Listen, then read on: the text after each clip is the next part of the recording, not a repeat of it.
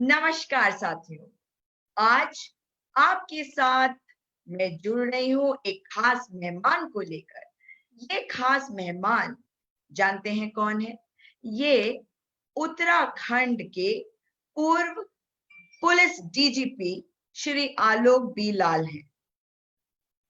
आलोक लाल जो हैं, एक ऐसा नाम है जिनके बारे में मुझे ज़्यादा कुछ बताने की ज़रूरत नहीं है, क्योंकि बहुत सारे लोग इनको जानते हैं। एक पुलिस ऑफिसर की ही हैसियत से नहीं, परंतु एक कलाकार की हैसियत से। हमारे डीजीपी लाल जो हैं, देहरादून की शान है। डीजीपी लाल ना सिर्फ एक आर्टिस्ट हैं, वे पेंटिंग करते हैं, बेहतरीन फोटोग्राफी करते हैं और एक ऑथर भी हैं, लिखते भी हैं, बहुत बढ़िया बोलते भी हैं। पुलिस वालों से हम उम्मीद करते हैं कि डांट के, डपट कर, डरा कर बोलेंगे, मगर आपसे जिनको मैं मिलवा रही हूँ आज, वे हैं डीजीपी आलोक बी लाल। उनकी एक पुस्तक भी आई है कोरोना काल में, उसके बारे में भी हम अवश्य बात करेंगे। तो मैं आपका बहुत-बहुत स्वागत करती हूँ डीजीपी लाल। Thank you. आप नमस्कार। नमस्कार। आप बेहतरीन इंसान हैं, आप एक फोर्थराइट ऑफिसर रहे हैं और हम सब हमेशा से ये चाहते रहे हैं कि जो पुलिस होती है, ये हमारी सुरक्षा करती है और हमारे को अगर फोर्थराइट, ऑनेस्ट अफसर मिल जाए जिनके ऊपर भ्रष्टाचार के कभी कोई दाग ना लगे हो, तो देश की जो सूरत है वो शायद बदल जाए, ऐसा आम जन का सोचना है। परंतु कई बार लगता है कि क्या सचमुच में ऐसा होता है? मैं शुरुआत करूँगी आज इस बात से कि किस प्रकार से भारत में जो हमारे पुलिस कर्मी हैं, वो जिस तरह से उनकी मौतें होती हैं, जिस तरह से उनके पास क्या कारण होते हैं, ये तो आप बताइएगा मुझे कि ऐसा क्या कारण है कि पुलिस डिपार्टमेंट में हमने देखा है कि पुलिस कर्मियों को कई बार आघात पहुँचता है। कई पुलिस वालों की मृत्यु होते हुए हमने सुना है। कानपुर वाला मैटर बहुत ही फ्रेश है सबके दिमाग में। तो मैं जानना चाहती हूँ कि आपको क्या लगता है कि क्या-क्या ऐसे कारण होते हैं जिनकी वजह से पुलिस कर्मी जो हैं उनके साथ इस तरह का कोई हादसा हो जाता है कि उनकी मृत्यु हो जाती है? क्योंकि उनके हाथों में जो राज्य होते हैं उनकी सुरक्षा होती है, लोगों की सुरक्षा के लिए वो लगे रहते हैं और हमेशा मैंने देखा है कि खास करके आपके जो लोअर तबके के जो कर्मी होते हैं, वो बड़ी मेहनत भी करते हैं। उन पर सबसे ज़्यादा आक्रामक हो जाते हैं लोग, मगर मेरा पर्सनल एक्सपीरियंस मुझे बताता है कि वे सचमुच में मेहनत भी करते हैं। क्या कहेंगे आप इस विषय पे? सुजाता, बहुत-बहुत शुक्रिया। आपने बहुत ही बेहतरीन बातें कही मेरे बारे में। मैं चाहता हूँ कि वाक़ई में उतना अच्छा हूँ जितना आपने मुझे बताया है। बहुत-बहुत शुक्रिया। और मैं आपके चैनल का बहुत बड़ा फ़ैन हूँ, क्योंकि इसमें वो बातें कही जाती है जो और जगह सुनने को नहीं मिलती हैं। आप बेबाक होकर बहुत सारी वो बातें कही जाती है, जिसको कहने में आज लोग आजकल काफ़ी गुरेज़ करते हैं। जी। आपका जो सवाल कैजुअल्टीज़ के बारे में है कि पुलिस में इतने हमारे पुलिसकर्मी शहीद क्यों होते हैं? हुँ, उसकी पहली वजह तो ये है कि जो हम लोगों की ट्रेनिंग होती है, ख़ास तौर से जो लोअर रैंक्स की ट्रेनिंग है, वो नॉन गेज़ेटेड रैंक्स जो है, उनकी ट्रेनिंग पर्याप्त नहीं होती है। हुँ, उनकी पहली बार प्राथमिक जो प्रशिक्षण की प्रक्रिया है, वो तो अच्छी चलती है, पूरी होती है। 1 साल, डेढ़ साल, करीब-करीब 2 साल हो जाते हैं, पूरी ट्रेनिंग चलती है। लेकिन उस ट्रेनिंग के दौरान भी उसमें व्यवधान आता रहता है। जगह-जगह ड्यूटीज़ लगती रहती है उस ट्रेनिंग के दौरान भी। वो सीखने का एक प्रोसेस ज़रूर होता है, लेकिन ट्रेनिंग में जो सिलेबस होता है, उसकी कुछ बातें अक्सर छूट जाती हैं। और अगर वो सिलेबस पूरा हो भी जाता है, तो आप ये तो जानती हैं, आप खुद बहुत अच्छी टीचर रही हैं। आप तो ये अच्छी तरह जानती ही हैं कि एक बार पढ़ा देने से, एक बार बता देने से कुछ नहीं होता है। और ख़ास तौर से ऐसे काम में जिसमें कि लगातार आपको नित्य नई समस्याओं से जूझना पड़ता है। आज जो समस्या आपने डील की है, वैसी कल नहीं होगी और परसों और भी अलग होगी। हम्म। तो ट्रेनिंग की रिपीट ट्रेनिंग, बार-बार ट्रेनिंग होनी चाहिए जिससे कि हर तरह का अपग्रेडेशन होता रहे, जो समस्याएँ हैं उनको समझ सकें।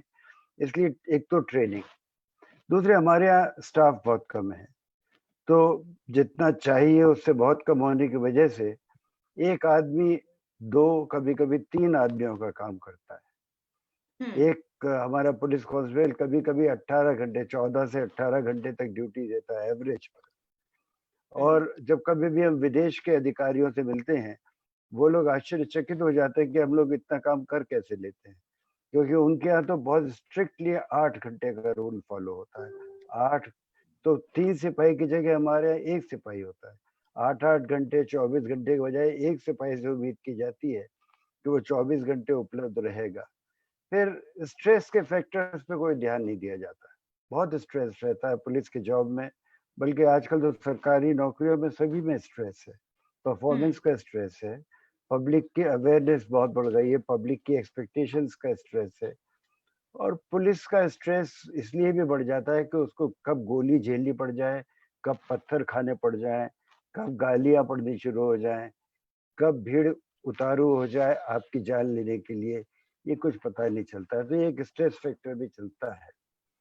और जहाँ तक कानपुर का प्रश्न, जो कानपुर में हमारे 8 पुलिसकर्मी शहीद हुए, उसमें जो मुझे लगा सबसे बड़ी बात ये थी कि ये जानते हुए कि वो एक बाहुबली किया जा रहे थे, ये जानते हुए कि उसका बहुत लंबा क्रिमिनल इतिहास है, वो बहुत सारे बड़े-बड़े कांड कर चुका है, बहुत हिम्मत है उसमें और थाने हम्म। में घुसकर उसने अपने राजनीतिक प्रतिद्वंदी का कत्ल कर दिया था और उसमें भी वो छूट गया।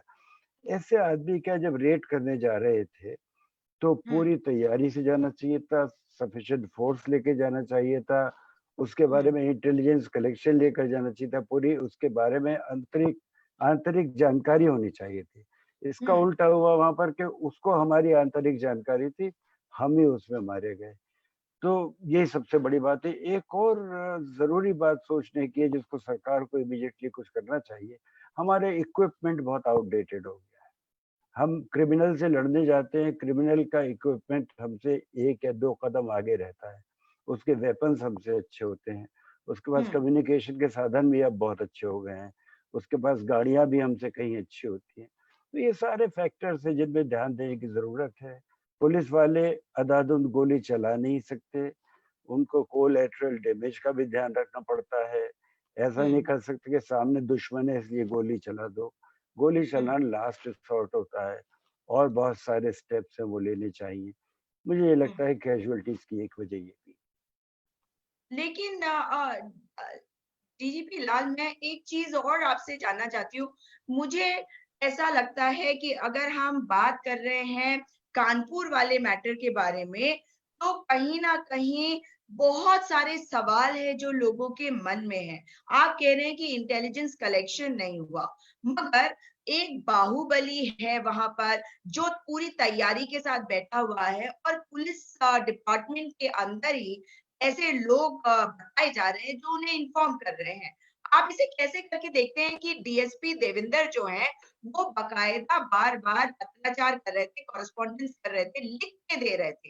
लिखने से बड़ी चीज़ तो वो नहीं कर सकते थे, एक मतलब लोकतांत्रिक व्यवस्था में। वो लिख कर कह रहे थे कि इस बाहुबली के ऊपर कार्रवाई होनी चाहिए, और जो एसओ थे, जो थाना इंचार्ज थे, वो ये कार्रवाई नहीं कर रहे थे। तो आप इसको कैसे देख रहे हैं? इसमें जो अब तक मीडिया से जो कुछ जानकारी मिली है, उससे ज़ाहिर होता है कि इस बाहुबली के काफ़ी लंबे टेंटेकल्स थे, उसके बहुत ताल्लुकात थे, हुँ।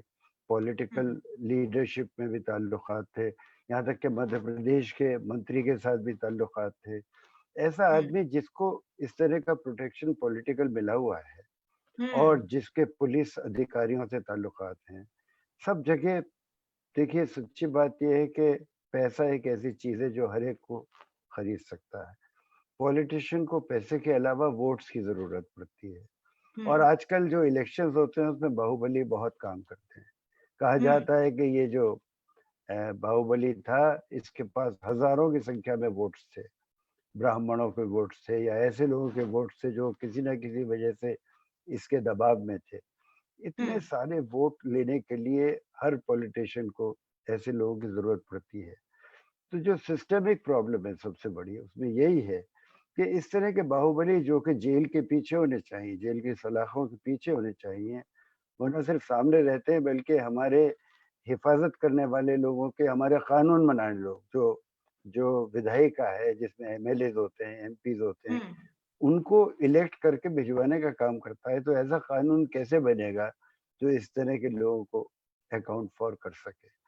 तो ये एक बहुत मामूली बात नहीं है, इसमें कई चीजें जुड़ी हुई हैं जिसमें पॉलिटिक्स एक रोल प्ले करता है, पैसा बहुत बड़ा रोल प्ले करता है, और कोई भी छोटा से छोटा बदमाश भी एक दिन बड़ा हो सकता है अगर वो अपने मोहरे इस प्रकार से चलता है कि चाहे छोटा अपराध करे, धीरे धीरे उसकी रसूख बढ़ता जाता है, थाने पर भी वो अपनी पहुंच बना लेता है, पॉलिटिशियन से पहुंच बना लेता है, रियल एस्टेट का काम शुरू कर देता है, किसी की प्रॉपर्टी फंसी हुई है। हमारा सिस्टम ही ऐसा है कि जिसकी जमीन है जिसके पास, उसको जमीन बचा के रखने के लिए बहुत प्रॉब्लम्स होती है। जिसके पास मकान है उसको अपने मकान बचा के रखने में बड़ी प्रॉब्लम्स होती है। आप भी जानती है इस बात को अच्छी तरह से। तो ऐसे सिस्टम में जहाँ ये सब पुलिस हमारी मदद नहीं कर पाती है और अदालतों का काम तो बिल्कुल कछुए की गति से होता है। तो जब रिजल्ट नहीं मिलते हैं तो आपको जाना पड़ता है ऐसे लोगों के पास। हम जानते हैं कि बहुत बड़े-बड़े नेता जो आगे चल के मुख्यमंत्री बने या मुख्यमंत्री के भी गॉडफादर बने, ऐसे लोग सिर्फ यही काम करके शुरू हुए थे। आज वो पूरी स्टेट में मुख्यमंत्री हैं ऐसे लोग। तो ये लोग शुरू हुए थे एक ज़माने में लोगों को प्रोटेक्शन देने के लिए, लोगों की प्रॉपर्टी वापस दिलवाने के लिए। लेकिन इनकी पहुँच इतनी होती गई धीरे-धीरे कि इनकी पूजा होने लगी। अब लोग इनका नाम लेकर सुबह उठते हैं और सोते वक़्त भी नाम लेते हैं। तो ये हमारे समाज में एक्सेप्टेबिलिटी ऑफ सर्टेन इंडिविजुअल्स जो कि हर सभ्य समाज में रिजेक्ट हो जाने चाहिए, वो सबसे बड़ी प्रॉब्लम है। मतलब आप कह रहे हैं कि हर सभ्य समाज में इसे रिजेक्ट करना चाहिए कि जिस तरह से पुलिस का इन्वॉल्वमेंट हो जाता है चीजों में, और इसमें आपने सीधे-सीधे तौर पर दोष डाला है जो पॉलिटिकल एक नेक्सस इनके साथ बना हुआ होता है।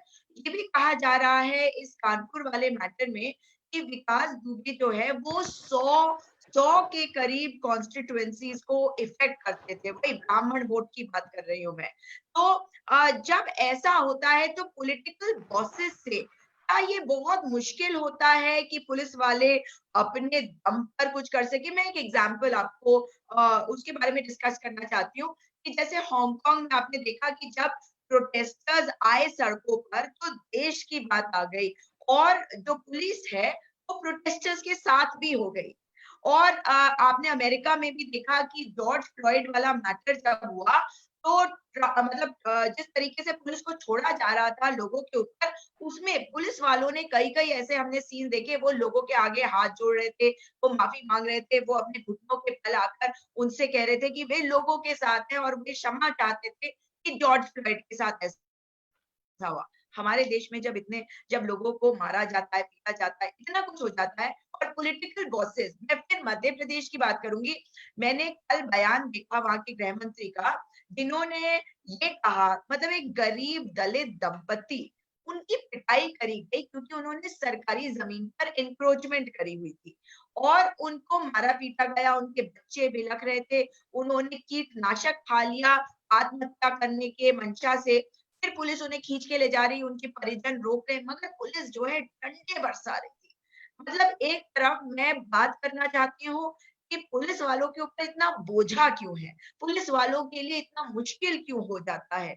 मगर दूसरी तरफ ये वाला जो चेहरा होता है, मैं उस चेहरे की बात बाद में करूँगी। मैं पॉलिटिकल बॉसेस की बात करना चाहती हूँ कि पॉलिटिकल बॉसेस ऐसे पुलिस वालों के कृत्यों को बचाने की कोशिश कर रहे हैं, ये नेक्सस दिखाता है। और हम जब ब्लेम करेंगे तो हम पुलिस वालों को ब्लेम करेंगे।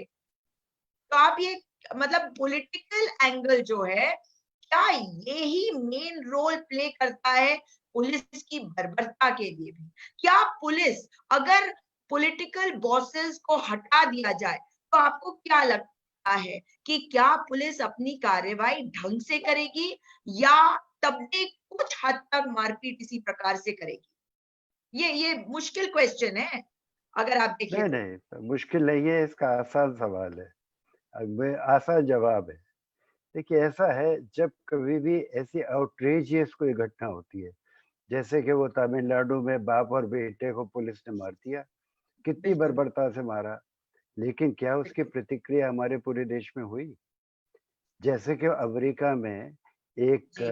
ब्लैक नागरिक को मारा गया, उसकी वजह से वहाँ की हर शहर की हर सड़क पर लोग निकल आए, लंबे-लंबे जुलूस निकले और ये माँग की कि ऐसा नहीं होना चाहिए। और हुँ, उसमें न केवल ब्लैक्स बल्कि उसमें व्हाइट्स ने भी पार्टिसिपेट किया। जैसा कि आपने बताया, पुलिस ने खुद माफ़ी माँगी, अपनी टोपी उतार के एक घुटने पर बैठकर माफ़ी माँगी। ये रिस्पॉन्स हमारे यहाँ क्यों नहीं हो पाता है? इसकी 2 वजह है। हुँ, हमारा जो पुराना ट्रेडिशन है, ज़मींदारी प्रथा है हमारे यहाँ। कोई हुँ, बाहुबली होता है, कोई बहुत बलशाली होता है और बाकी सब उसकी प्रजा होते हैं। जैसा वो मज़बूत आदमी चाहता है वैसा सबको करना पड़ता है। हुँ, ये स्थिति आज से 50 साल पहले भी थी, आज भी है। कुछ परिस्थितियाँ बदली हैं, इंटरवेंशन ऑफ द लॉ हुआ है, एससी-एसटी एक्ट बना है, हमारे जो कुचले और दबे हुए लोग हैं, उनको मौका मिला है कि वो आगे आएँ, अपनी राइट्स को माँग कर सकें। हुँ, लेकिन क्या दिलों में परिवर्तन आया है?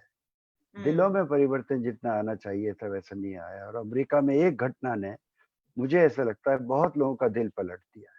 बहुत हुँ, लोग वहाँ रेसिस्ट थॉट से अलग हट रहे हैं, जबकि अमेरिका में भी व्हाइट सुप्रीमेसी की बड़ी प्रॉब्लम है। हुँ, अब आते हैं गुनाह की बात को, देखते हैं।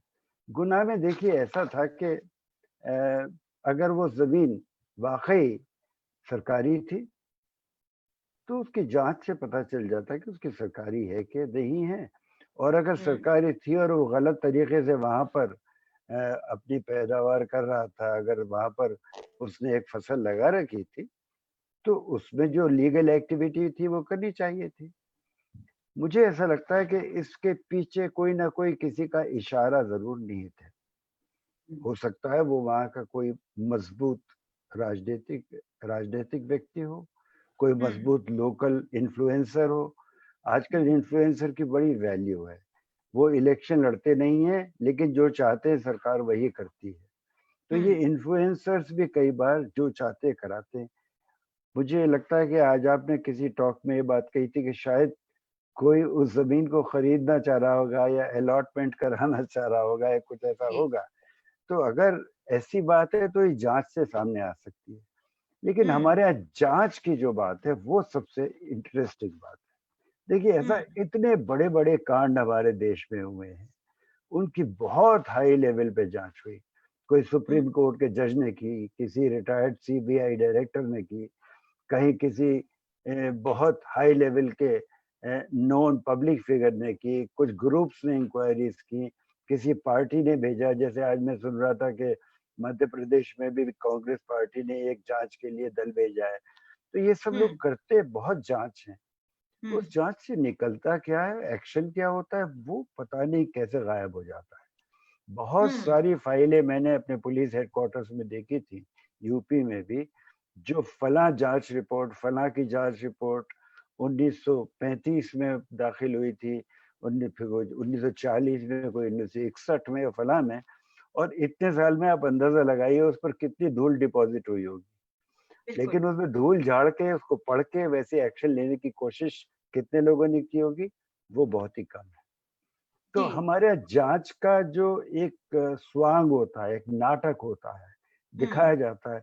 मैं तो समझता हूँ बहुत बड़े-बड़े दंगे, मैं नाम नहीं लूँगा, इस सेंचुरी की शुरुआत से हमारे देश में जो सबसे बड़े दंगे हुए हैं, उनकी जाँच भी खूब हुई है, पब्लिक ने बहुत रिएक्शन दिया है, और जब से सोशल मीडिया आया है, उसमें तो इस वक़्त हर चीज़ पर शोर मचता है। हुँ, इस सोशल मीडिया की वजह से, पब्लिक अवेयरनेस की वजह से एक बात और हुई है, जो शतरंज की बिसात बिछती है पॉलिटिक्स की, हुँ, उसमें एक मोहरा बड़ा अहम हो गया है, वो है पुलिस। हुँ, पहले इकोनॉमी पे बात होती थी, हुँ, पहले दलितों के और दूसरों के अधिकारों पे बात होती थी, हम्म दूसरे फंडामेंटल राइट्स की बातें होती थी। अब हम्म लेकिन आप देखेंगे, अगर टेलीविजन चैनल्स देखेंगी, किसी भी तरह के डिस्कशंस देखेंगी, हमारे पॉलिटिकल डिस्कोर्स को देखेंगी, आज इतना सारा टाइम हम लोग अपराध, अपराधी, पुलिस, पुलिस की बर्बरता, पुलिस की ज्यादती, पुलिस की कमियां, इस पर करते रहते हैं। तो पुलिस भी ज्यादा दबाव में रहती है, उसे मालूम है कि वो हर समय किसी न किसी के द्वारा बहुत नजदीक से देखी जा रही है, उसके हर काम को एनालाइज किया जा रहा है। ये दबाव सोचिए कितना बड़ा है। अगर किसी के जी ऊपर भी उसको ये लगे कि मेरे ऊपर एक वीडियो कैमरा लगा हुआ है, क्लोज सर्किट टीवी में बैठे हुए बहुत सारे लोग मुझे देख रहे हैं और वो सब हम्म लोग मेरी काम पर टिप्पणी कर रहे हैं, तो जाहिर है हम्म उसकी परफॉर्मेंस एक तो अच्छी होना मुश्किल है। दूसरी जी बात ये है, पुलिस से अपेक्षा जो है, अब जैसे यही आप कानपुर का केस ले लीजिए, जिसमें जब उसको वापस लेके आ रहे थे हम्म फ्रॉम उज्जैन टू जो कानपुर कानपुर में उसको मार दिया। कानपुर हाँ में एंटर करते ही उस जगह मार दिया गया। मारा कैसे गया उसके बारे में कई थियरीज आ रही है, उसकी भी जांच होगी। जांच हो सकता है वहीं की सीआईडी करे या कोई भी करे, फाइनली जो भी निकलेगा उसका हाँ होगा क्या। हमने कितनी जांचें ऐसे देखी हैं। एक अखबार में निकला, शायद इंडियन एक्सप्रेस में मैंने पढ़ा था, 72 या 76 जांच हुई हैं ऐसी during the hmm current government, जो हम्म जब योगी जी की सरकार है वहां पर। और उनमें से हम्म एक में भी पुलिस की गलती नहीं पाई गई। क्या इतने सारे एनकाउंटर्स 72 या 76 जो हुए हैं जिनकी जांच हुई हम्म है, वो हम्म सब साफ सुथरे क्लीन थे, पुलिस का कोई उसमें गलत काम नहीं था। ये ठीक हम्म नहीं लगता है। एक तो हम्म जांच से मामले को दबाना एक हम्म बहुत बड़ी समस्या का बीज बोना है, क्योंकि हम्म आप गलत काम का जो दबाते हैं मामला, वो गलत काम आगे फिर कई गुना होकर बाहर निकलता है। दूसरी बात, हम्म जो आदमी पब्लिक के दबाव में आकर इस तरह का काम करता है कि झूठा एनकाउंटर कर दे, मारपीट कर दे, जो नहीं करना चाहिए। कायदे में हम्म एक स्टैंडर्ड लॉ है हमारे देश में। ये लॉ नया नहीं है, अंग्रेज हम्म बनाकर चले गए हमारे लॉ। हम्म इस लॉ हम्म की बहुत लंबी ट्रेडिशंस हैं, and we hmm can be very proud also of the law that we have. Is it, hmm it is in many respects more advanced than some of the European law. Yes लेकिन उसका enforcement होते होते होते खराब होता जा रहा है। आज की तारीख में कोर्ट्स में भी जो पब्लिक का पहले फेथ था वो कम हो गया है। यहाँ तक कि हम्म लोग बाग सुप्रीम कोर्ट तक को क्वेश्चन करने लगे हैं। हम्म सही या गलत, लोगों का डाउट अपने आप में बहुत ही खराब चीज है कि जब आप हम्म किसी भी इंस्टीट्यूशन में फेथ नहीं रख सकते तो फिर क्या होगा। खैर छोड़िए, इंस्टीट्यूशन से हमारा लॉ एक है, लॉ का हम्म एक प्रिस्क्राइब्ड तरीका है कि लॉ में आपको एक प्रक्रिया दी हुई है, उस प्रक्रिया को ना फॉलो करना तो बहुत गलत बात है ना। हम्म आप एक्सपेक्ट ये करते हैं, मैंने देखा है कि अगर किसी जज साहब की यहाँ चोरी हो गई तो जज हम्म साहब ये चाहते हैं कि जिस पे सस्पिशन है, उनको अगर उनके नौकर पे सस्पिशन है, कहते हैं इसको इतनी पिटाई लगाओ सब बता देगा। जज हाँ खुद कहता है कि पिटाई लगाओ, थर्ड डिग्री का हम्म इस्तेमाल करो, हम नहीं जानते कैसे निकालो, मेरा सामान वापस दिलवाओ। ऐसे में दो चीजें होती हैं, गलत हम्म आदमी पिटता है, पिटना चाहिए ही नहीं किसी को भी, लेकिन कोई पिटता है। हम्म दरोगा पे प्रेशर पड़ता है कि जज साहब नाराज हो रहे हैं कहीं उनकी सामान नहीं मिला, तो उनके घर हम्म से अगर जंजीर गई है तो वो हम्म उसी तरह की जंजीर, उस डिस्क्रिप्शन की एक जंजीर कहीं से खरीद के लाकर उनके यहाँ दे देता है। तो ये गलत काम करने में मजबूर होता है। प्रक्रियात्मक काम करना उसकी मजबूरी है, ये प्रक्रिया है ना। हम्म अगर वो नहीं हम्म करेगा तो कल को उसकी जांच हो जाएगी। जांच होगी तो कोई जज बैठेगा या कोई मजिस्ट्रेट बैठेगा या कोई भी अफसर बैठेगा, वो यही हम्म देखेगा कि भाई प्रक्रिया के अनुसार इसको ये करना चाहिए था, फिर ये करना चाहिए था, फिर ये करना हम्म चाहिए था। अगर हम्म नहीं किया तो गलती है, फिर जाओ नौकरी से जाओ, सस्पेंड हो हम्म जाओ, जेल जाओ, फला ढेका होता रहता है। मतलब तो एक जो आदमी लोअर रंग के होता है सर, जो नीचे के लोग होते हैं, जो लोअर रैंक्स के होते हैं, गाज उन पर ही गिरनी होती है। नहीं, नॉट रियली, ऐसा ओके मैं नहीं मानता। हम्म देखिए, हमारे पुलिस के बारे में कहूंगा कि मैं चूंकि I never worked as a lower level functionary. I started in a very high rank myself. No मगर लेकिन मैं आपके तब नीचे के जो रहे होंगे, जैसे कोई एसआई है जो जांच कर रहा है, जिस पे ये दबाव डाला जाता है, मैं उसकी बात कर रही हूँ, क्योंकि अकॉर्डिंग टू सुप्रीम कोर्ट नहीं, मैं आपकी गाइडलाइन। बात समझ जी। मैं उनका दर्द भी समझता हूँ और मैं हम्म। कोशिश करता था किसी को गलत सज़ा ना मिले। मेरी हम्म। कोशिश हमेशा ये रही और मुझे फीडबैक भी ऐसा मिला कि मेरे जो कर्मचारी थे वो मुझे इसलिए पसंद करते थे कि मैं जब तक के बहुत ही मज़बूत कारण ना हो किसी को सज़ा नहीं देता था और हम्म। सज़ा तब ज़रूर देता था जब गलती होती थी और सज़ा अच्छी खासी देता था। मैं हम्म। सुधारने की कोशिश करता था, सज़ा तभी देता था जब सुधरने की संभावना ना हो। तो ये हम्म। सारी चीज़ें हैं, लेकिन मैं ये कहना चाहूँगा कि जितनी सज़ा पुलिस विभाग में लोगों को मिलती है, शायद किसी सरकारी विभाग में नहीं मिलती। हम्म। बात-बात पे सस्पेंशन होता है, हम्म। बात-बात पर सज़ा मिलती है। ऐसा हम्म। नहीं कि पुलिस के लोगों को सज़ा कम मिलती है। हम्म। रेशियो और प्रोपोर्शन भी तो देखिए, जहाँ जिस ज़िले में 1 या 2 आईपीएस ऑफिसर्स होते हैं, वहाँ हम्म। हज़ारों की तादाद में कांस्टेबल और हेड कांस्टेबल और सब इंस्पेक्टर्स होते हैं। तो हाँ। ज़ाहिर है कि वो ज़्यादा लोग सज़ा पाएँगे, यहाँ बहुत कम पाएँगे। फिर हम्म। दूसरी बात ये भी है, मैं बहुत ही ऑनेस्टली कहना चाहूँगा कि हमारी लीडरशिप की क्वालिटी कई बार क्वेश्चन में आ जाती है। हम्म। अगर किसी अधिकारी के अधीन काम करने वाले प्राइवेटली जब बात करते हैं और अपनी अफ़सर के लीडरशिप को पसंद नहीं करते, तो कहीं न हम्म। कहीं उस लीडर की कमी है, उस पुलिस लीडर की। तो कहीं उसको कहीं रिप्ले कहीं ना कहीं उस पुलिस लीडर की कमी आप मानते हैं?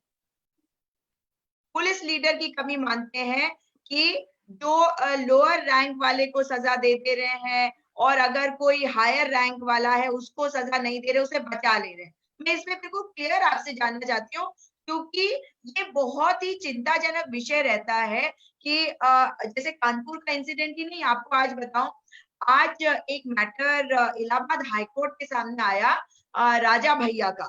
और ये मैटर था कि जो केसेस इनके खिलाफ है उनको वापस लेने की बात हो रही है। तो इलाहाबाद हाई कोर्ट का जो लखनऊ बेंच है, वहां पे माननीय न्यायालय ने ये पूछा कि किन ग्राउंड्स पर इनको वापस लिया जा रहा है। अगर और उन्होंने साथ में ये भी कहा है कि अगर ग्राउंड सफिशिएंट नहीं लेंगे होंगे तो वह स्वतः संज्ञान लेकर इन मैटर्स को वापस नहीं लेने दिया जाएगा।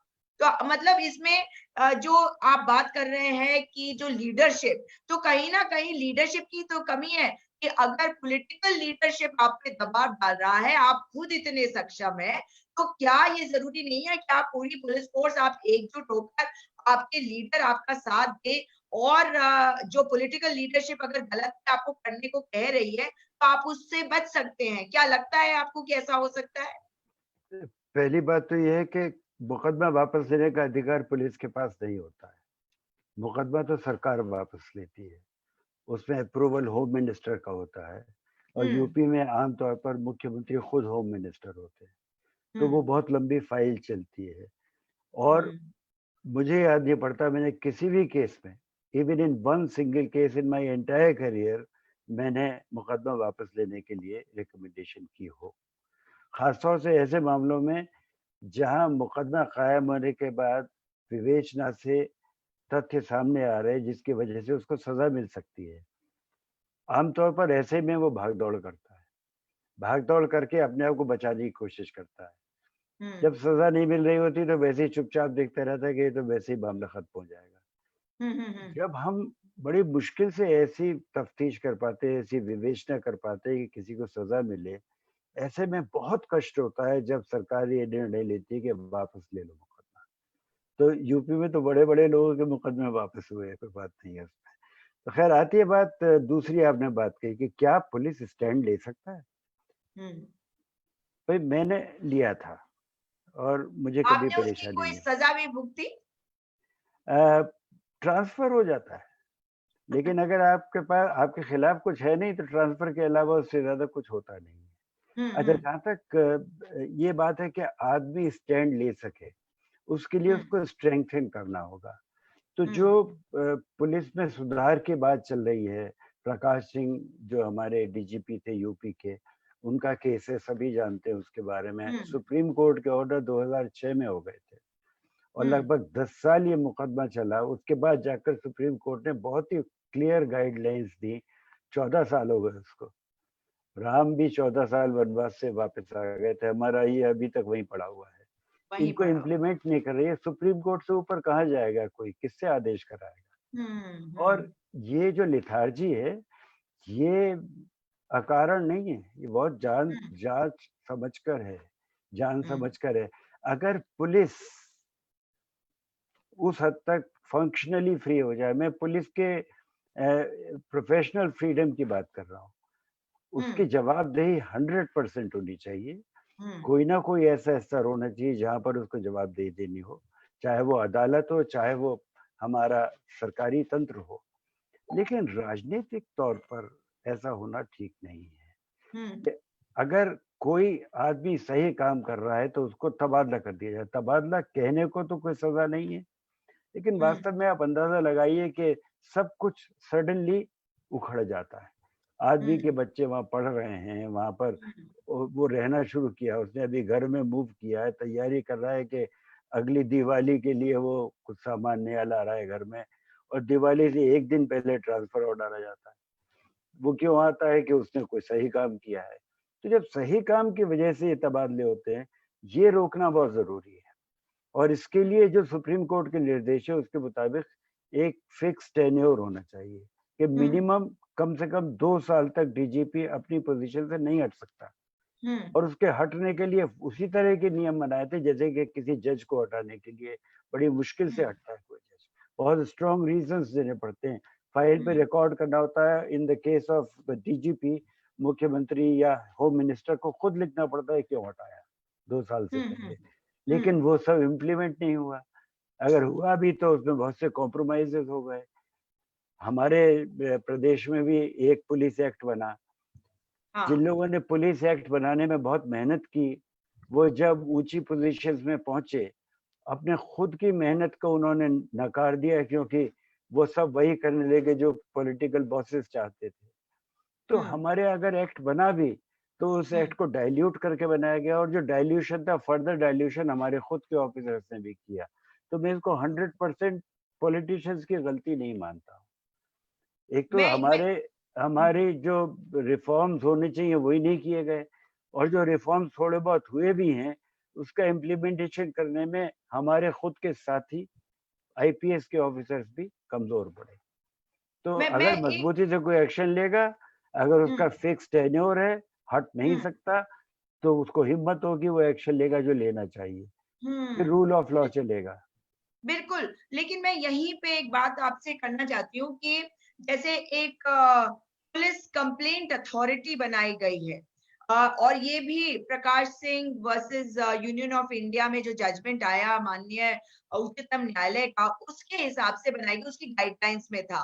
लेकिन जो, और ये मैं ऐसे ही नहीं बोल रही हूँ, लोगों से ही नहीं सुना मैंने, मेरा पर्सनल एक्सपीरियंस भी है कि जब वहां पे कोई मैटर जाता है, तो कमाल की बात ये है कि जो वहाँ पैनल्स होते हैं, वहाँ के हाई कोर्ट के जजेस भी होते हैं, वहाँ पे आपके IAS officers, retired IAS officers और रिटायर्ड आईपीएस ऑफिसर्स होते हैं। आपने कभी कोई पोजीशन नहीं ली डीजीपी लाल रिटायरमेंट के बाद, कमाल की बात ये है, जबकि बोनस के तौर पर देखा जाते हैं ये सारे के सारे पोस्टिंग, और ये बोनस के तौर पे मैं इसलिए कह रही हूँ क्योंकि मैं चाहती हूँ कि मेरे देश के सिस्टम्स ठीक हो।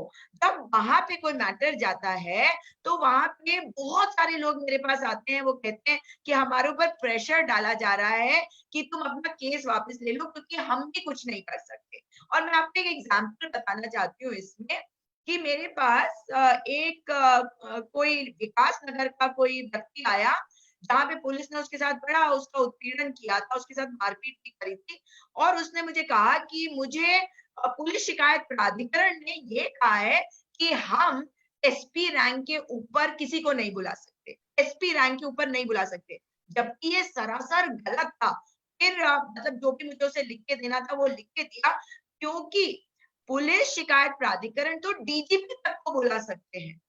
M I right? You are right. है ना? देखिए ऐसा है, यस। उसमें एक जज को बनाने की वजह यही है कि उसको कायदा कानून न सिर्फ मालूम हो बल्कि उसको इम्प्लीमेंट करने की तमीज भी हो। लेकिन मेरा अनुभव ये रहा, एक जज साहब थे जो एक जमाने में इसके अध्यक्ष थे कंप्लेंट्स अथॉरिटी के। उनसे मेरी मुलाकात होती रहती समय-समय पर। तो उन्होंने मुझसे ये बहुत ही स्पष्ट रूप से कहा था कि हम लोग जो रिकमेंडेशन भेजते हैं, उस पर कोई एक्शन नहीं लिया जाता है। ये यस। ऐसे ही कवर अप कर दिया जाता है। हम्म। तो एक तरह से पुलिस कंप्लेंट्स अथॉरिटी जो है ना, ये भी एक पर्दा है। पर्दा डाल हम्म। दिया जाता है मैटर पे। और हम्म। ये जो सिस्टम को बाईपास करने के तरीके निकाले गए हैं, उसको ठीक करना बहुत ज़रूरी है। आज हम उसको बाईपास करके जो कुछ करा लेते हैं, आगे चल के वो हमारे लिए बहुत बड़ा खतरा है। कोई भी गलत चीज़ अगर दबा दी जाती है, वो एक ना एक दिन नासूर बन के खड़ी हो जाती है। तो मैं जो आप पुलिस जी। कंप्लेंट्स अथॉरिटी में क आपने ये कहा कि मुझे पोस्ट रिटायरमेंट कोई पोस्टिंग नहीं मिली। अरे! बड़ी मुश्किल से मैंने नौकरी पूरी की होगी क्योंकि तब भी नहीं चाहते थे कि मैं रहूँ। वो तो ख़ैर सबके साथ होता है कि कोई ना कोई दबाव कहीं न कहीं पड़ते नहीं, नहीं, रहते ये हैं। तो आपकी एक उपलब्धि है। डीजीपी लाल, ये तो आपकी उपलब्धि है। आज अगर देहरादून आपको अपनी आन बान शान मानता है, तो इसका एक कारण ये भी है कि आप सभी कोई जानते हैं कि आप बहुत अपराइट ऑफिसर रहे हैं, आपके ऊपर कोई आरोप नहीं लगे और आप सही का साथ हमेशा देते रहे हैं। मतलब, और ये मैं पर्सनली नहीं कह रही हूँ, ये तो मैं देहरादून में जो लोगों से मिलती हूँ, वो लोग जब कहते हैं, आपके बारे में बात करते हैं, तो वो खुद ही कहते हैं। तो मुझे पता है कि आप तो अपना रिटायरमेंट का टाइम जैसे ही आप रिटायर हुए, तो मुझे याद है कि आपने शायद कोई आपको जो लोग मिलते हैं आपके गेट पे खड़े होने के लिए या ड्राइवर या जो भी, आपने तो कोई भी व्यक्ति को नहीं लिया। वो एम आई वो बड़ा राइट? इंटरेस्टिंग था। वो बड़ा इंटरेस्टिंग था। मैं 31 जनवरी को रिटायर हुआ। तो मैंने 2012 को। हाँ, तो मैंने उनको कहा अपने गार्ड कमांडर को, मुझे मेरा पीएसी की गार्ड हुआ करती थी, कि कल सुबह 8 बजे आप प्लीज़ रवाना हो जाइए। उसको विश्वास नहीं हुआ कि मैं ये कह रहा हूँ। उसने भी हाँ, पूछा-पाछा इधर-उधर अपने सीनियर ऑफ़िसर से पूछा, तो हाँ। कमांडेंट का फ़ोन आया मेरे पास। वो कहने लगा, "क्या सर कोई गलती हो गई हमसे?" मैंने कहा, "नहीं, मैं कल रिटायर हो रहा हूँ, I don't need any force here." हुँ, तो मैंने उनको सुबह 8 बजे उनकी आखिरी सलामी ली, उनको शुभकामनाएँ दी और कहा, "नमस्कार, आप जाइए अपनी-अपनी ड्यूटी कीजिए।" मैं ये इसलिए भी किया मैंने कि हमारे यहाँ फ़ोर्स की बहुत कमी है। और जिस किसी को फ़ोर्स की ज़रूरत नहीं है, उसको केवल शान के लिए, अपने दिखावे के लिए, एक आदमी को भी अपने पास नहीं रखना चाहिए। कुछ लोगों को बड़ा शौक होता है कि हुँ। उनके आगे कोई दरवाज़ा खोलने वाला उतरे, वो कार से उतरे उससे पहले ऐसा लगे कि कोई बहुत बड़ी चीज़ उतर रहा है। तो वो वो सब चीज़ें मुझे सर्विस के दौरान ही पसंद नहीं थी, तो रिटायरमेंट के बाद तो बल्कि मुझसे तत्कालीन डीजी ने ये भी कहा था कि आप चूँकि ऐसे-ऐसे सेंसिटिव पोस्टिंग्स पे रहे हैं, जहाँ आपको लोग नुकसान पहुँचा सकते हैं, लोग हुँ, नाराज़ हैं आपसे, आपने हुँ। कई टेररिस्ट के अगेंस्ट एक्शन लिया हुआ है, सब है, तो आपकी सिक्योरिटी हमारी ज़िम्मेदारी है। मैंने कहा नहीं कोई बात नहीं, आप चिंता मत करिए। हुँ। तो ऐसा हुआ था उस दिन। जी, जी। इसी इसी सिलसिले में मैं बात करना चाहती हूँ, आपने जो एक किताब लिखी है, द बाराबांकी नार्कोस। आप उत्तर प्रदेश और उत्तराखंड दोनों ही जगह पोस्टेड रहे हैं, बहुत सारी पोस्टिंग्स हुई हैं। तो ये द बाराबांकी नार्कोस जो है, कि ये कैसे आपके दिमाग में आया कि इसको लिखें? क्या ये सच्ची घटनाओं से प्रेरित है और क्या है इसमें? और ये रीप्रिंट में चल गया, मतलब अभी कोविड काल में ये रिलीज हुआ, उसके बाद ये दोबारा से प्रिंट हो रहा है। इसके लिए आपको बहुत-बहुत शुभकामनाएँ और मुबारकबाद। बहुत-बहुत धन्यवाद सुजाता। अब ये किस तरह से इतनी सफल हुई है मैं नहीं जानता। हो सकता है इसके कंटेंट सफल हुए हैं क्योंकि इसमें सच्चा लिखा गया है। ये एक्चुअल स्टोरी है। इसमें हुँ, कोई भी कल्पना नहीं है, वास्तविकता है। हुँ, एक तो हुँ। ये बात है। दूसरी जब मैं बाराबंकी में पोस्ट हुआ था वो मेरा पहला इंडिपेंडेंट चार्ज एज़ एसपी था। तो मेरी अच्छा, आप पोस्टिंग के एसपी थे उस वक़्त। मैं एसपी था और that was in 1984 when I जी, got my first chance to serve in a district as its head of police. तो मैं वहाँ जी। पर सुपरिटेंडेंट ऑफ पुलिस बाराबंकी था और बाराबंकी जाते वक़्त मुझे जो ब्रीफिंग मिली थी, हमारे डीजीपी थे mister J N Chaturvedi, one of the most decorated, one of the most respected officers of the police. J N हुँ, चतुर्वेदी साहब डीजीपी थे। हुँ, उन्होंने भी हुँ, मुझसे कहा और एक भोलानाथ तिवारी जी उस वक़्त जो थे होम सेक्रेटरी थे, उन दोनों ने मुझे ब्रीफिंग के दौरान ये कहा कि बाराबंकी हम आपको खास तौर से इसलिए भेज रहे हैं कि वहाँ पर अफ़ीम की खेती का दुरुपयोग बहुत होता है। अफ़ीम की लीगल खेती होती है वहाँ पर। वहाँ अच्छा। परमिसिबल खेती होती है, लेकिन उसका काफ़ी बड़ा हिस्सा पिल्फरेज करके। नहीं, मगर वो मतलब परमिशन क्यों दिया जाता है वहाँ पे अफ़ीम की खेती के लिए? दवाइयों के लिए दिया जाता है क्या? हाँ, दवाई के लिए, क्योंकि ये पेन किलर भी होता है और साइकोटिक मेडिसिन्स इससे बनती हैं बहुत सारी। हुँ, हुँ। ज़्यादातर दुनिया में आज भी जो साइकियाट्री का ट्रीटमेंट है, उसमें बहुत बड़ा रोल है नारकोटिक्स का। तो ओपीएम का बहुत रोल है। ओपिएट्स होते हैं, वो बहुत काम आते हैं। इसके अलावा कोडीन जैसी चीज़ जो कि पेन रिलीफ के लिए भी इस्तेमाल की जाती है। हुँ। और ज़ुकाम में जो आप अक्सर कोरेक्स वगैरह लेते हैं, उसमें उसका भी अंग होता है वो। तो ये अच्छा। चूँकि दवाई के लिए होता है मेनली, इसलिए पैदा किया जाता है। और दुनिया के गिने-चुने देशों में से एक भारत भी है, जो दुनिया के पूरी अंडरस्टैंडिंग के बेसिस पर ओपीएम की पैदावार करता है। हुँ। और ये ओपीएम एक इस तरह के अरेंजमेंट के अंदर होती है कि इसका एक कमिश्नर ऑफ नारकोटिक्स होता है, जो कि अच्छा। नीमच में मध्य प्रदेश में बैठते हैं। वो पूरे देश के लिए एक होते हैं और वो ही इस चीज़ का लाइसेंस देते हैं कि आप ओपीएम पैदा कर सकते हैं। और वो ही इस बात का लेखा-जोखा रखते हैं कि कितनी ओपीएम पैदा हुई। उसमें से वो गाज़ीपुर जाती है, गाज़ीपुर में एक फैक्ट्री है जहाँ पर इसका परिष्करण होता है और उससे दवाएँ फिर बनती हैं। हुँ, तो हुँ। ये जो कार्रवाई है, इसके साथ-साथ एक अंडरहेड डीलिंग और होती है। उसमें बहुत सारे लोग हमारे मिले रहते हैं सरकारी विभागों के, अलग-अलग विभागों के, पुलिस भी उसमें से एक है, जो उसके पिल्फरेज में लग जाती है। क्योंकि जो कीमत सरकार देती है इस प्रोडक्ट का, इस प्रोड्यूस का, इस ओपीएम का, उससे कई हज़ार गुना दाम ब्लैक मार्केट पे मिलता है। तो अच्छा। हर किसान जल्दी से जल्दी रिच होने के लिए इसको बहुत महँगे दाम पर बेचता है। और फिर वहाँ कार्टेल्स बने हुए थे। जब मैं गया तो वहाँ ओपीएम के ड्रग लॉर्ड्स थे, उनके हुँ, कार्टेल्स बने हुए थे। और जैसा कि आपने अभी दुबे के केस में देखा, उसी तरह से उनके पास पैसा बहुत था, इसीलिए हुँ, सभी उनकी जेब में थे। चाहे हुँ। वो पॉलिटिशियंस हों, चाहे दूसरे डिसीजन मेकर्स हों, वो उनके कहने पर ही काम करते थे।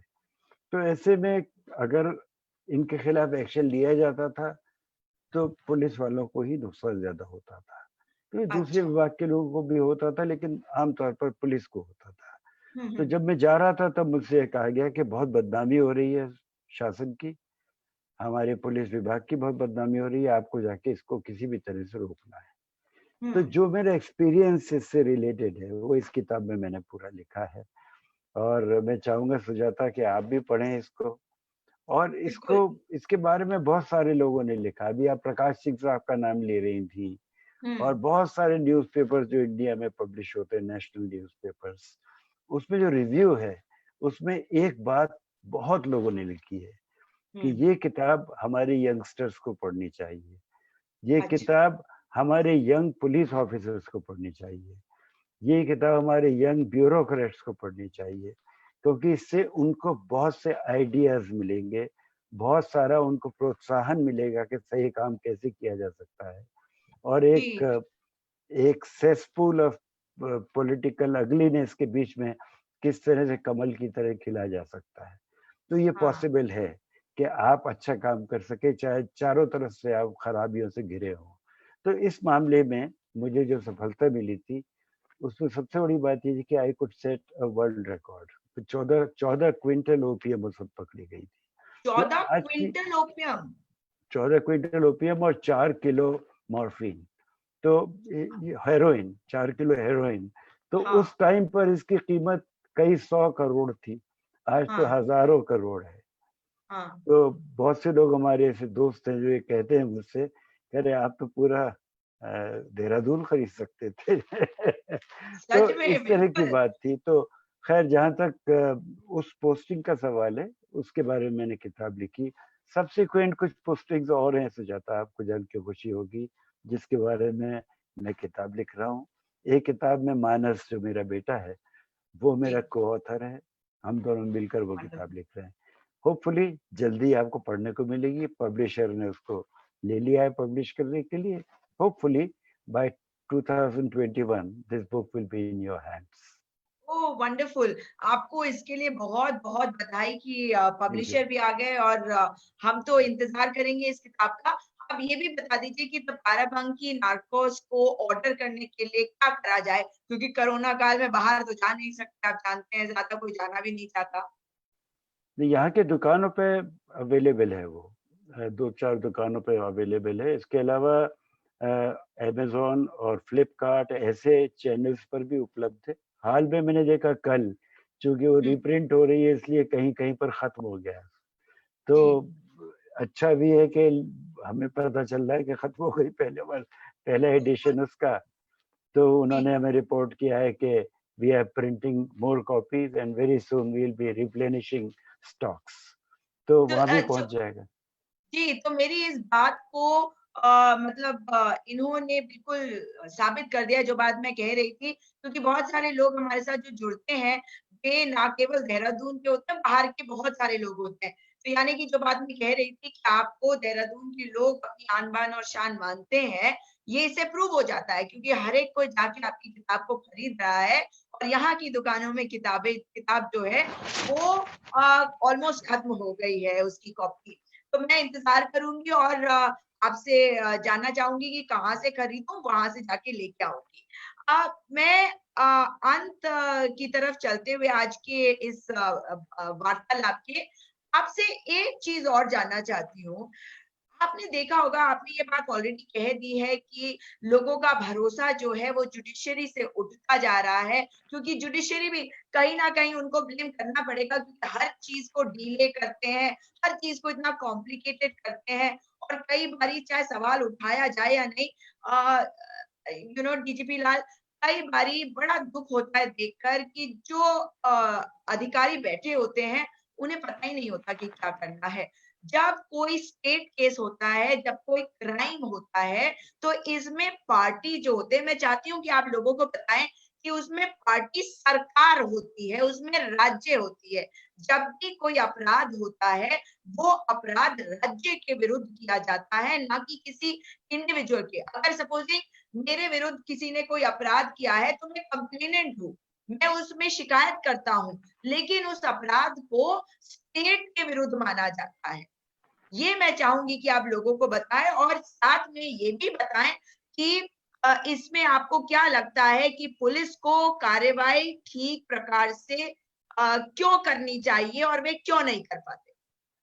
देखिए ऐसा है कि हमारा जो लॉ है वो बहुत कुछ बेस्ड है ब्रिटिश लॉ पर, चूँकि अंग्रेज़ों ने हम पे राज किया और उन्होंने ही हमारे कानून बनाए ज़्यादातर।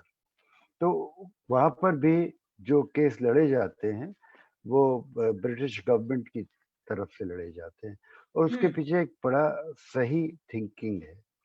क्योंकि इंडिविजुअल जो कि खुद जिसको कि नुकसान पहुँचा है, यद्यपि उसका बहुत इंटरेस्ट है कि सज़ा मिले लोगों को, जिन्होंने गलत काम किया है उनको।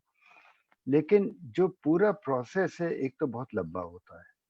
दूसरे उस प्रोसेस में खर्चा स्टेट हुँ, करती है। हुँ, अगर खर्चा इंडिविजुअल को करना पड़े तो बहुत ज़्यादा उसके लिए मुश्किल हो जाएगा। एक और बात याद रखिएगा, इसमें बहुत इम्पोर्टेंट है कि अदालतें हमारे यहाँ जितनी होनी चाहिए उससे कम है। जितनी अदालतें हैं उसमें भी बहुत सारी वैकेंसीज़ हैं और करोड़ों की संख्या में हमारी लोअर जुडिशरी में केसेस पेंडिंग है।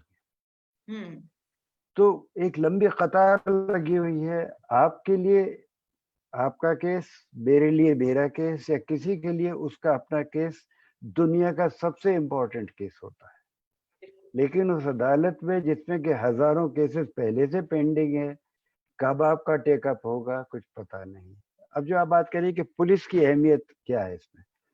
पुलिस चूँकि police is the first port where a case is reported, FIR, first information report. हमारे यहाँ क्रिमिनल केस वहीं से शुरू होता है। इसलिए पुलिस स्टेशन पर जो अपनी समस्या लेकर पहुँचता है, उसको बहुत ही ध्यान से सुनना, उसके साथ जो क्राइम हुआ है उसके सारे एस्पेक्ट्स को समझना और एफआईआर इतनी इंटेलिजेंटली लिखा जाना कि आगे चल के कोई डिफेंस लॉयर फायदा ना उठा सके। ये हमारे वेल ट्रेन्ड स्टाफ का काम होता है। जहां पर वेल ट्रेन्ड स्टाफ है, जहां पर पर्याप्त स्टाफ है, वहां पर ये काम अच्छा हो जाता है। लेकिन जहां पर इस प्रकार की कोई कमी रह जाती है तो एफआईआर में भी कमी रह जाती है। वैसे तो एफआईआर जो है डॉक्यूमेंट वो लिख कर देने का काम है कई बार हमारे कंप्लेनेंट का, लेकिन अगर वो बिना लिखी हुई कंप्लेंट लेकर कोई आता है थाने पर, तो थाने का काम है कि उसकी बात सुन के रिड्यूस करे राइटिंग में जो कुछ सुन रहा है और उसके बेसिस पर एक्शन ले। अब पहला एक्शन ये है कि उसकी बात सुने, मौके पर जाकर देखे सही क्या है वहां पर, असलियत जानने की कोशिश करे, जल्दी से जल्दी कुछ ना कुछ अपने दिमाग में ऐसी बात बनाए जब तक कि बहुत कॉम्प्लिकेटेड केस ना हो, ये दिमाग में अपने क्लियर मंतव्य बना ले कि ये this appears to be the correct theory, this appears to be the correct story, और उसके बेसिस पर आगे बढ़ना शुरू करे। और लिखत पढ़त का जो काम है उसमें मजबूती होनी चाहिए। इसलिए पुलिस की ट्रेनिंग बहुत अच्छी होनी चाहिए, क्योंकि जो लिखा जाता है एक बार अदालत में, जो कागज पहुंचता है, उससे अहम चीज कोई नहीं होती है। क्योंकि अदालत के सामने जो भी वोकली, जो भी वर्बल गवाही दी जाती है, वो पहले से कहीं ना कहीं लिखित होती है, जो कि पुलिस के बयान में होती है। 161 सीआरपीसी के अंतर्गत ये बयान लिखा जाता है। उसकी एडमिसिबिलिटी अपने आप में नहीं है, लेकिन डिफेंस लॉयर उसका फायदा उठाकर हमारे गवाह को बरगला देते हैं। इसलिए लिखते वक्त बहुत सोच समझ के लिखना चाहिए जो कुछ भी लिखा जा रहा है। तो पुलिस की जिम्मेदारी ये है कि जब वो केस प्रोसिक्यूटर के पास भेजे, तो प्रोसिक्यूटर के पास भेजने से पहले उसको अच्छी तरह से ठोक बजाकर देख ले कि कोई कमी ना रह गई हो, लीगली कोई उसमें ऐसी चीज ना रह गई जिसका फायदा आगे डिफेंस उठा सके। तो पुलिस की जिम्मेदारी है। साथ ही साथ जब अदालत में केस चल रहा है, पुलिस को अगर गवाह पेश करने हैं, जल्दी से जल्दी टाइम टू टाइम पेश करने चाहिए, उसमें डिले नहीं करना चाहिए। अदालतों के पास टाइम बहुत कम है, लेकिन अदालत बहुत सारी ऐसी हो गई हैं अब हमारी, मैं अदालत की बुराई नहीं करना चाहता, लेकिन प्रोसेस है एक ऐसा जिसमें वकील खुद कोशिश करते हैं कि केस में डेट लग जाए। वकील सुनना चाहते नहीं कि मैटर टेक अप हो जाए।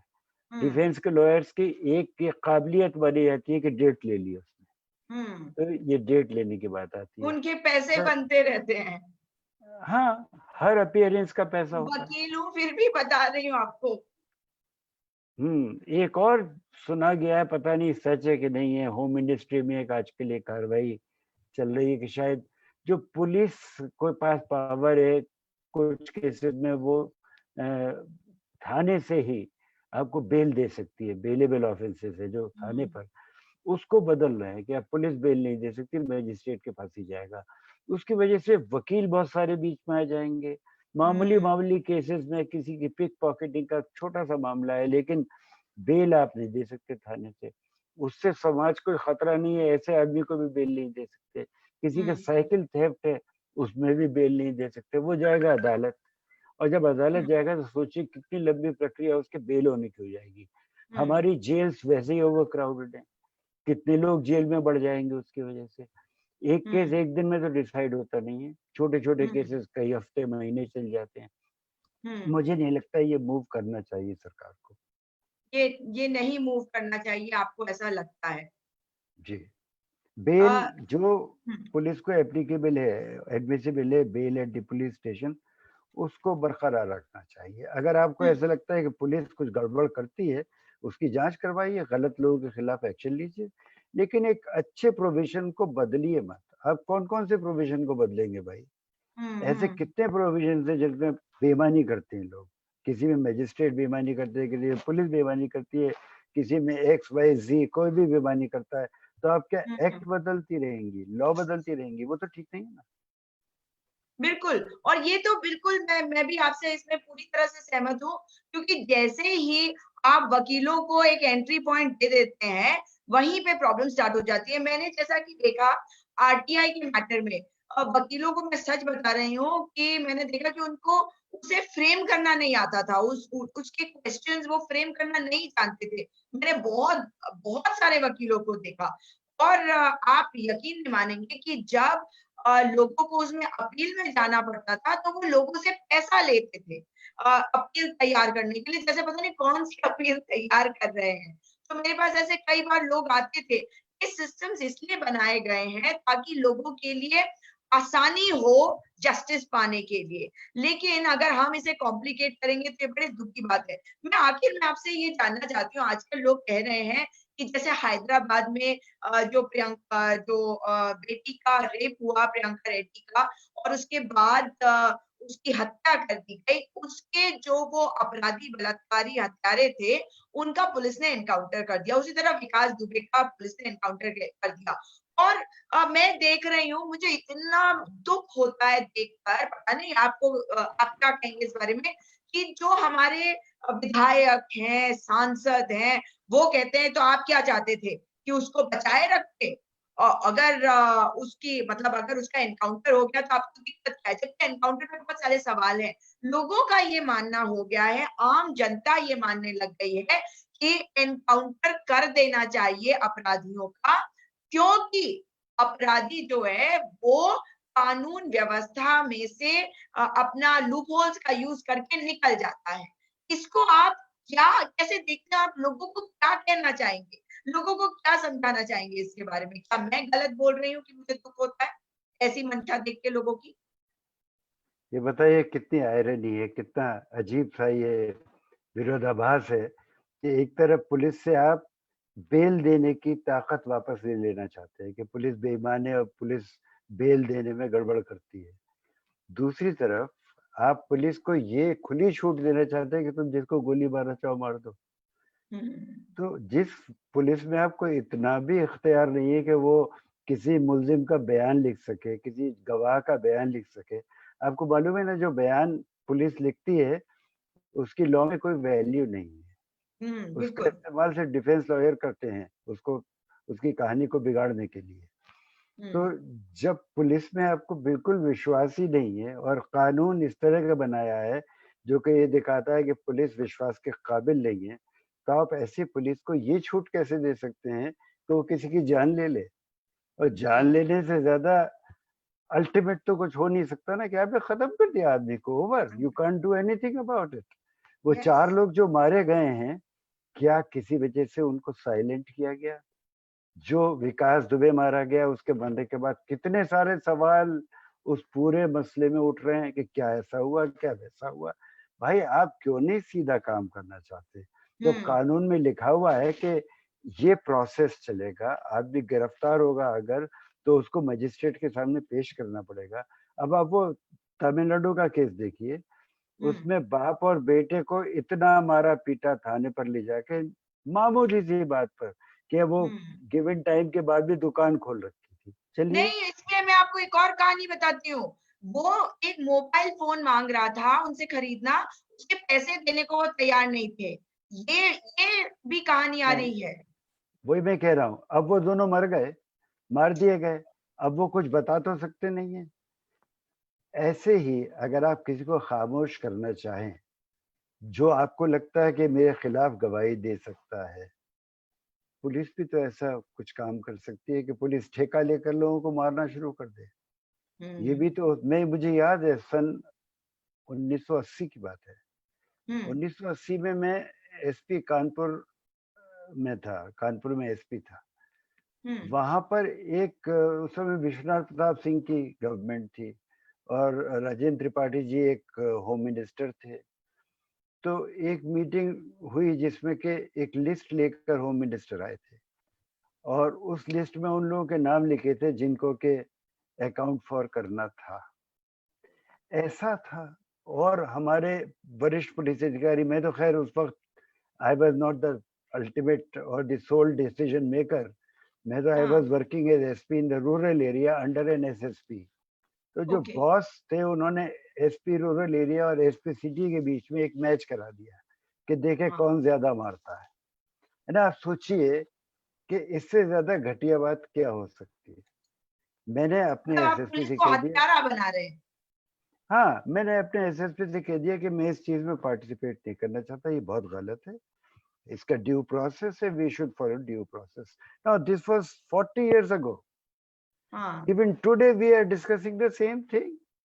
Just exact, imagine how retrograde we are. हम लोगों यस, के तो सिविलाइजेशनली आगे बढ़े ही नहीं है.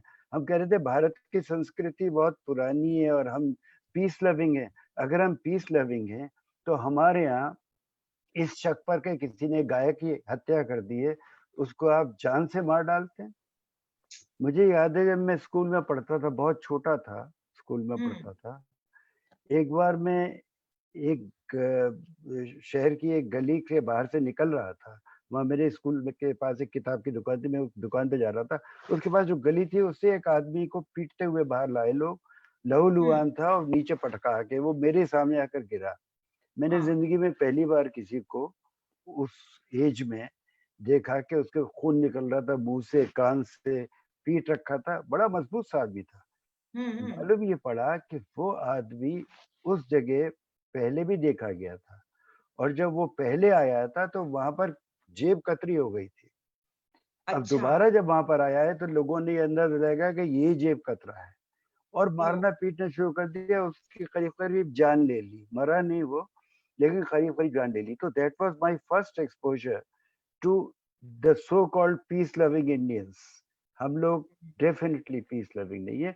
हम लोग अपनी तारीफ बहुत करते हैं लेकिन हम लोग एकदम आक्रामक हो जाते हैं उस गरीब आदमी के लिए, उस कमजोर आदमी के लिए जो हमसे कमजोर है.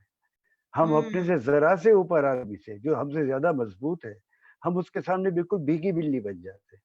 हमारा ये हम्म, नेचर है कि अपने से हम्म, मजबूत आदमी से दब कर रहो, अपने से कमजोर आदमी को अपनी जूती के नीचे रखो. This is the nature, basic nature of us. I'm sorry yes, to say so. Yes, and I agree with you. मैं इसी बात को बार बार लोगों को समझाती भी हूँ. आप डीजीपी लाल ये भी बताइए कि क्या पुलिस को अधिकार होता है कि किसी को डंडा मारे, लात मारे, घूंसे मारे? कहाँ तक, मतलब आई वांट टू अंडरस्टैंड. हमारे देश में कोविड काल में हमने बहुत ज्यादा ये सीन देख लिए, किस तरह से पुलिस ने लाठियां भांजी. ये लाठियां भांजी जो शब्द है, दिस इज ये मेरे दिमाग में ऐसे बैठी हुई है जैसे पुलिस का काम होता है लाठियां भांजना. तो लाठियां भांजने का क्या अधिकार है? पुलिस के अधिकार क्या है? क्या ये है या नहीं है?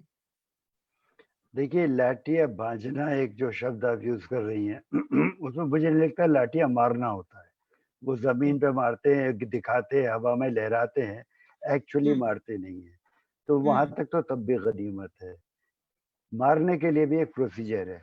उसमें अनाउंसमेंट होता है कि अब आपके ऊपर फोर्स इस्तेमाल किया जाएगा अगर आप ऐसा करेंगे. अगर आपकी अनलॉफुल असेंबली डिक्लेयर हो गई है, उसमें हम्म, आपके ऊपर फोर्स इस्तेमाल हो सकता है. हम्म, तो इसके लिए भी एक प्रोसीजर प्रिस्क्राइब्ड है. वो प्रोसीजर फॉलो हो या ना हो, आदमी गोली चला दे शुरू में ही, वो भी हो सकता है. जो एक्शन लेना चाहिए वो नहीं ले, लेकिन डंडा चला दे, वो भी गलत है. डंडा हम्म, चलाने का अधिकार सर्टेन सर्कमस्टेंसेस में है. एक हम्म, राइट ऑफ सेल्फ डिफेंस होती है. उसके लिए बहुत सारे सेक्शंस हमारे लॉ में हैं. हम्म, कि right of self defence in the Indian penal code starts from section 94 if I am not mistaken and hmm, continues till about 110 or something. इतने सारे हमारे डिफेंस के लिए यानी सेल्फ सेल्फ डिफेंस के लिए उसमें प्रोटेक्शन है. और लाठी चलाने के लिए भी परमिसिबिलिटी है. ऐसा नहीं है कि आप अगर किसी क्राउड को कंट्रोल करने में लाठी चलाएं तो हमेशा इलीगल है, लेकिन हम्म. थर्ड डिग्री अलाउड नहीं है. आप थर्ड अपने डिग्री थाने पर अलाउड ले नहीं. जाके जब किसी की मारपीट करते हैं या वैसा करते हैं जैसा कि तमिलनाडु पुलिस ने उन दोनों लोगों के साथ किया, वो कंप्लीटली इलीगली नहीं है, वो अनडिजायरेबल है, नहीं होना चाहिए. Why should it happen? Why should the police be so interested कि वो आदमी कहे कि हाँ मैंने अपराध किया है? पुलिस को हाँ, तो उसके जो गवाह हैं उनसे पूछ के जो कुछ भी उसको सर्कमस्टेंशियल एविडेंस, साइंटिफिक एविडेंस, जो कुछ भी एविडेंस मिलती है उसको अदालत के सामने पेश कर देना चाहिए. अब आप आइए पब्लिक पर. मैं हाँ, पहले आपको जज साहब की बात बता चुका हूँ, मैं जज साहब के बाद फिर बताता हूँ. एक जज साहब एक पर्टिकुलर क्रिमिनल, उनका कुछ सामान लेकर भागा था. हमने उसको पकड़ लिया. जज साहब ने कहा कि लाल साहब हम चाहते हैं कि इसको ऐसी ठुकाई लगाई जाए कि दोबारा कभी कर ना सके, इसकी टांग तोड़ दी जाए. मैंने कहा जी, एक बार फिर कहिए। कहते वही मैं कह रहा हूँ, उसको ऐसा लेसन सिखाइए कि दोबारा ये सोच ना सके कि इसको अपराध करना है। मैंने कहा साहब देखिए, आप कानून मुझसे ज़्यादा जानते हैं, लेकिन मैं आपसे माफ़ी माँगूँगा, ये चीज़ मैं नहीं कर पाऊँगा। मैं इसको आपके सामने पेश कर दूँगा, आप इसको पहचान लीजिए आप क्या अपराध किया है, टेस्ट आइडेंटिफिकेशन में आ जाइए, उसको आइडेंटिफ़ाई कर लीजिए, फिर आगे केस चलेगा।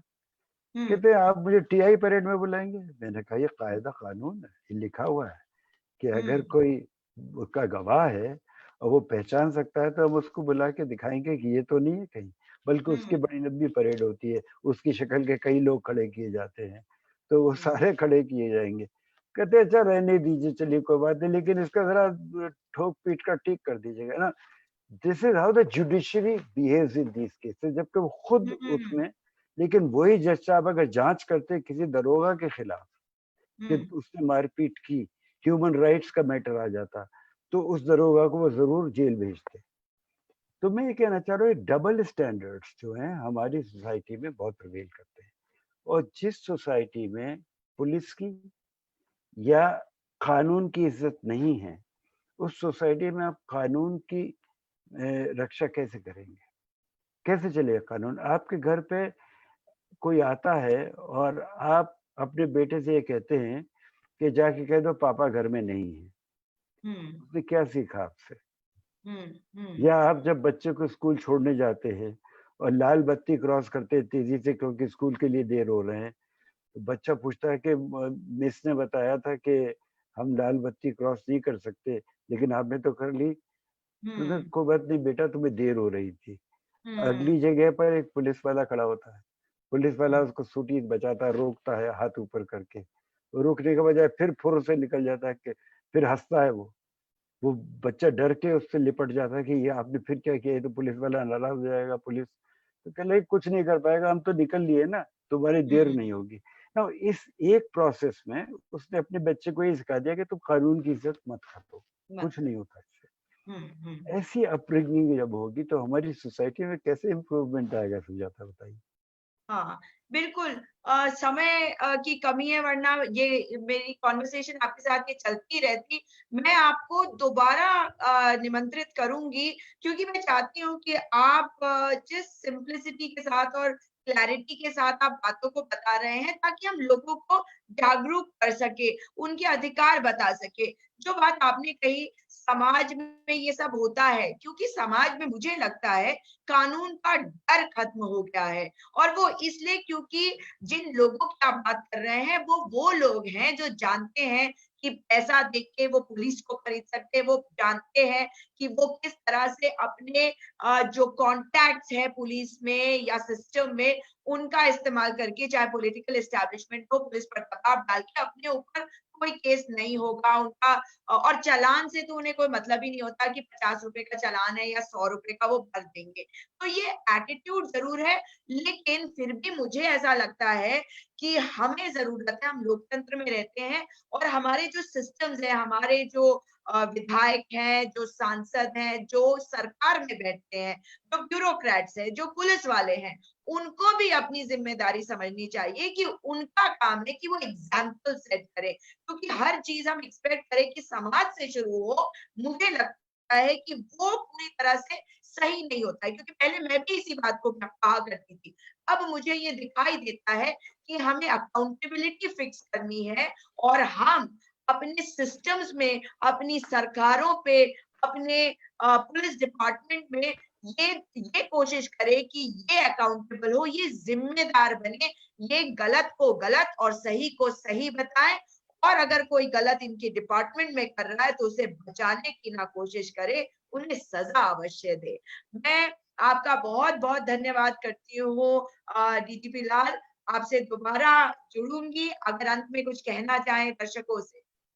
जाते-जाते बस एक बात आपके माध्यम से आपके दर्शकों तक, सिविल सर्वेंट जो होते हैं, वो सर्वेंट्स होते हैं।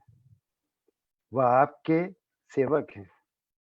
उनको जी, माई-बाप बनाकर मत रखिए। उनको इज़्ज़त दीजिए, उनको सही स्थान पर रखिए, उनके अधिकारों को समझिए, उनको उन कामों के लिए इज़्ज़त दीजिए, सम्मान दीजिए। एक्नॉलेजमेंट करिए जो वो अच्छा काम करते हैं, लेकिन उनसे दबिए मत। आप इस देश की प्रजा हैं, आप इस देश के मालिक हैं और सिविल सर्वेंट्स आपके ही सर्वेंट्स हैं। उनकी इज़्ज़त कीजिए, उनको प्यार दीजिए, उनको मोहब्बत दीजिए, उनको कोऑपरेशन दीजिए। आपके कोऑपरेशन के वो बहुत ज़्यादा इच्छुक हैं कि पुलिस ख़ास तौर से अक्सर ये महसूस करती है कि जनता का जो प्यार और सम्मान उनको मिलना चाहिए, वो नहीं मिल पाता। कोविड की आप बात कर रही थी, कोविड बताइए कितने लोगों को ट्रेनिंग हमारे देश में दी कि ऐसी परिस्थिति हो तो क्या करना चाहिए। लेकिन तब भी पुलिस सड़कों पर खड़ी रही, आज भी खड़ी है और लोगों बिल्कुल। को रोक रही है। कोई सुने या ना सुने वो तो अपनी कोशिश करते ही हैं। एक हम्म। फ्रस्ट्रेशन का पॉइंट आ जाता है जहाँ पर वो गलत कार कर बैठते हैं, डंडा चला देते हैं, गाली देते हैं, सब करते हैं। लेकिन ये तो खैर कोविड की बात है। क्या हेलमेट पहनकर बाल खराब हो जाते हैं इसलिए आप हेलमेट नहीं पहनेंगे? ऐसे देश बिल्कुल में बिल्कुल। पुलिस के लिए फ्रस्ट्रेशन के कितने कारण होते हैं। अगर लाल बत्ती वाली जगह पर पुलिस को खड़ा होना पड़े, तो वो हमारे समाज पे क्या कमेंट्री है? जहाँ पहले से बत्ती लगी हुई है, वहाँ पुलिस की क्या ज़रूरत है? बिल्कुल। विदेश में जाइए, लोग खड़े रहते हैं जब तक कि ग्रीन लाइट ना हो जाए और वो जो क्रॉस करने वाली लाइन होती है, जिसमें पब्लिक को पैदल लोगों को क्रॉस करना पड़ता है, उसकी कितनी इज़्ज़त करते हैं वो लोग। गाड़ी रोक के आपको अगर आप गलत भी उतर गए सड़क पर, आपकी लाल बत्ती आप गलती से उतर गए सड़क पर, पूरा ट्रैफिक रुक जाता है, पैदल आदमी को निकलने देता है। तो हम्म। हमें ये सब सीखना है बाहर के लोगों से। जी, बिल्कुल। आपका मैं बहुत-बहुत धन्यवाद करूँगी, मगर एक रिक्वेस्ट और है। 2 लाइनें अगर आप गा कर सुना दें, आपके मनपसंद ओह! किसी गीत ऐसा का। तो पहले से कुछ बताना चाहिए था। क्या गाना गाऊँ मैं? अरे आप ये आप आप और मानस, आपके बेटे हम सबको बहुत एंटरटेन करते रहे इस पूरे कोविड काल में। इसलिए दर्शकों के लिए मैं चाहती हूँ कि वो आपका ये सेंसिटिव ह्यूमन साइड भी देख सकें। अच्छा कोई गाना आप रिकमेंड करेंगी या मैं अपनी तरफ से ऐसे ही गा दूँ? अपनी तरफ से। अच्छा, तो सुनिए 2 लाइनें। सोच लूँ ज़रा कौन-सा गाऊँगा। आपने थोड़ा-सा मुश्किल में डाल दिया एकाएक कहकर, लेकिन हाँ, गाना गाता हूँ। वो किशोर कुमार का गा देता हूँ एक गाना। जी, जी।